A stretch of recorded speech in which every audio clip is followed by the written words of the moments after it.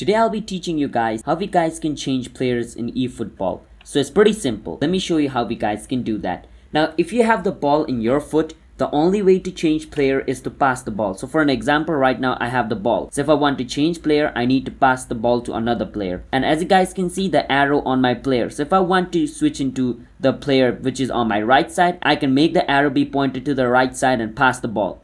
And the ball will be passed to the player who's on the right side. So just like this, you need to point in which direction you want to change and just pass the ball. But let's say the enemy has the ball. So I'm going to give the ball to the enemy. To change player when the enemy has the ball, you can see the option called switch. Just click on switch and you will switch player just like this. As you guys can see, as I'm tapping on switch, I'm switching players. So yeah, that is how we guys can switch players in eFootball. So if you have the ball, you need to pass. If you don't have the ball, you need to click on switch. I hope you understand how we guys can switch player in eFootball.